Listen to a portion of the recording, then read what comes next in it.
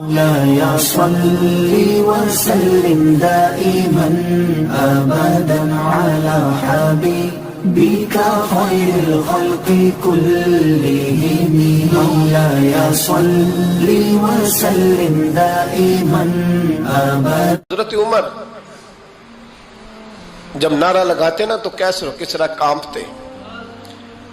سفیر آتے روم کے ملنے کے لیے تو کہتے جاؤ عمر نفل پڑھ رہے ہیں، ٹائم کوئی نہیں. ایک دن اندر میٹنگ ہو رہی تھی، حضرت عمر میٹنگ میں بیٹھے تھے. آپ کے بیٹے ملنے آئے عبداللہ ابن عمر. ابا جی اندر آ جاؤ. فرمایا دروازے پہ کھڑا ہو، میں ضروری بات کر رہا ہوں، اندر نہ آنا. جناب عبداللہ ابن عمر کہتے ہیں میں دروازے پہ کھڑا ہو گیا. تھوڑی دیر گزری تو امام حسین بھی آ گئے. ایک حدیث میں ایک روایت میں امام حسن کا لفظ بھی ہے. امام حسین آئے، آ کے عبداللہ ابن عمر سے کہنے لگے عمر فاروق اندر ہیں؟ تو کہا وہ اندر تو ہے. تو کہا آپ کیوں دروازے پہ کھڑے ہیں؟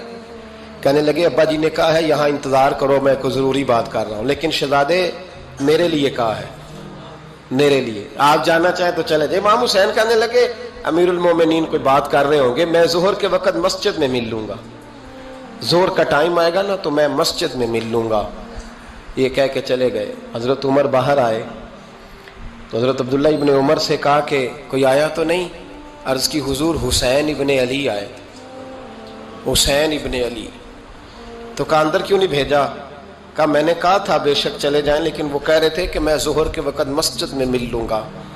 تو سیدنا عمر فاروق فرمانے لگے عبداللہ تجھے تیری مار ہوئے، حسین کو کیوں واپس بھیجا؟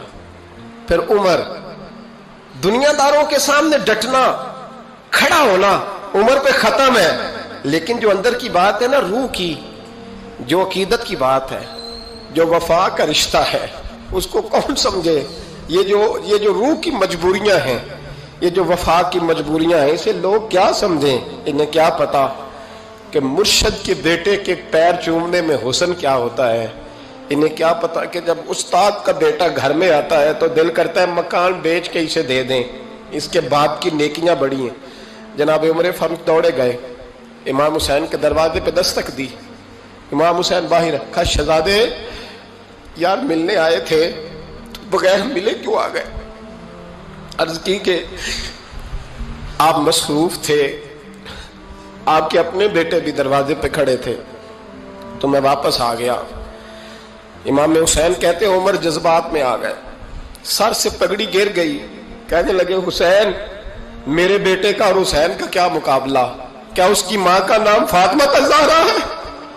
کیا اس کی نانی کا نام خدیجہ الکبریٰ ہے؟ کیا اس کے نانے کا نام محمد مصطفیٰ ہے؟ اور پھر سر سے پگڑی اتری تھی، اپنے بال زور سے پکڑ لیے. کہنے لگے حسین میں نا مکے میں اونٹ چرایا کرتا تھا اور ڈنڈوں سے مار کھاتا تھا اپنے باپ سے. یہ جو آج ساری دنیا میں عمر کے نعرے لگتے ہیں یہ تیرے نانے کا صدقہ ہے. ابن جوزی نے لکھا ہے سینکڑوں سال پہلے، آج کے کسی عالم کی بات بتاتا تو لوگ انکار کو، سینکڑوں سال. کہتے ہیں بلخ میں قحط پڑ گیا، لوگ ہجرت کر کے سمرقند آ گئے. ایک سیدوں کا خاندان بھی آیا، ایک ایسی خاتون بھی آئی جس کے ساتھ 3 بیٹیاں تھی، بیٹا بھی کوئی نہیں، خاوند فوت ہو گیا. مسجد کے ساتھ مہمان خانے بنے ہوتے تھے، وہاں اس نے بچوں کو ٹھہرایا اور نکلی سمرقند میں کہ کوئی آدمی مل جائے. تو وہ سیٹھ صاحب چودھری صاحب کہنے لگے مجھے کیسے پتا چلے گا تو سید ہے؟ مجھے بتاؤ. کسی کو چوک میں کھڑا کر کے کہا جائے بتاؤ تو کون ہوتا ہے، اس شخص کا کیا اشر ہوتا ہے، کیا حال ہوتا ہے؟ کہا کیسے پتا چلے گا؟ تو سید زادی نے اپنا پلو کھولا اور اپنے آنسو دونوں آنکھوں سے صاف کیے. تو کہنے لگی اللہ تیرا بھلا کرے، میں ثابت نہیں کر سکتی کہ میں حضور کا خاندان، میرے پاس کوئی دلیل نہیں، میں نہیں بتا سکتی. چل ٹھیک ہے، چلی گئی. کسی نے بتایا کہ یہاں ایک یہودی بھی رہتا ہے، وہ بڑا سخی ہے، یا آتش پرست ہے، یا پارسی ہے کافر غیر، سخی بڑا ہے. اس کے پاس گئی، بیٹھی رہی، لوگ بیٹھے تھے. جب چلے گئے تو قریب گئی، کہنے لگی مجبور ہوں، پریشان ہوں، غریب نہیں ہوں. کہنے لگا بی بی تجھے کبھی دیکھا نہیں، سمرقند کی اتنی آبادی نہیں، میں سارے شہر، تو کون ہے؟ تو کہنے لگی تعارف نہ ہی پوچھے تو اچھا ہے. اس نے کہا چلو اگر پتہ چل جائے تو. کہنے لگی میں مسلمانوں کے نبی کی اولاد ہوں.